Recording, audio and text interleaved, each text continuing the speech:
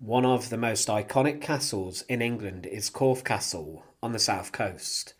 It is a castle which has captured the imaginations of millions who have visited it. However, it has a very dark and disturbing secret. Despite its ruined status today, it has been a place where a king was murdered, and it was also home to a terrifying dungeon known as the Oubliette, which was so sadistic that a woman turned to cannibalism to try and survive it. The Oubliette, as a dungeon, was a tiny hole in the ground where someone was thrown in and forgotten, and there was no escape, only in a coffin. But usually those who guarded the Oubliettes did not even clean up the remains of a prisoner who came before.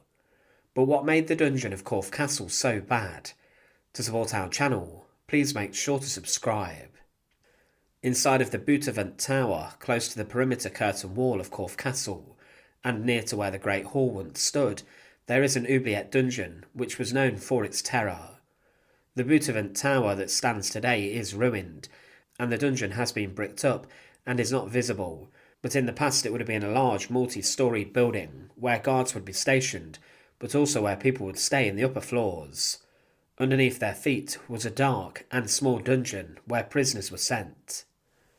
Oubliettes were constructed inside different castles, and the notoriety about these small, specific chambers became known about. For example, during the 100 Years' War, the Oubliette of Warwick Castle was so feared that soldiers in France were terrified of capture and being thrown in prison down the Oubliette. Corfe's Oubliette was a small windowless room, and in particular there were two terrifying accounts of people being thrown inside of it. During the reign of the terrible medieval King John, he utilised Corfe Castle to starve and execute 22 soldiers that he had taken prisoner in France.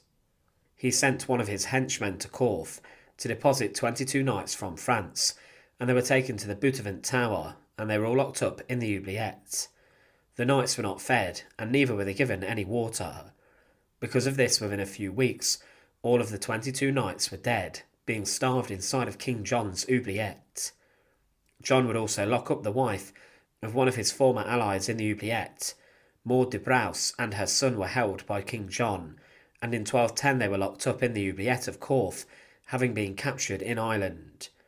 Maud and her son were fed one final meal before they were imprisoned, and after a few weeks, guards opened the doors of the Oubliette, and they found both Maud and her son dead. Maud had allegedly even turned to cannibalism upon her son to try and survive, and he allegedly even had bite marks on his cheek.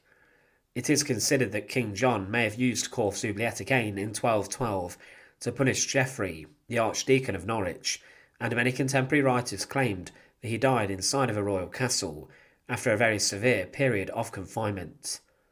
Corfe Castle today may be a beautiful and spectacular ruin, but it has a very dark past, and in particular the Oubliette was terrifying and savage.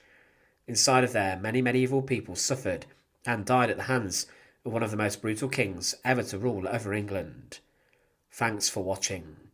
To support our channel, please make sure to subscribe, and once again, thank you so much for watching.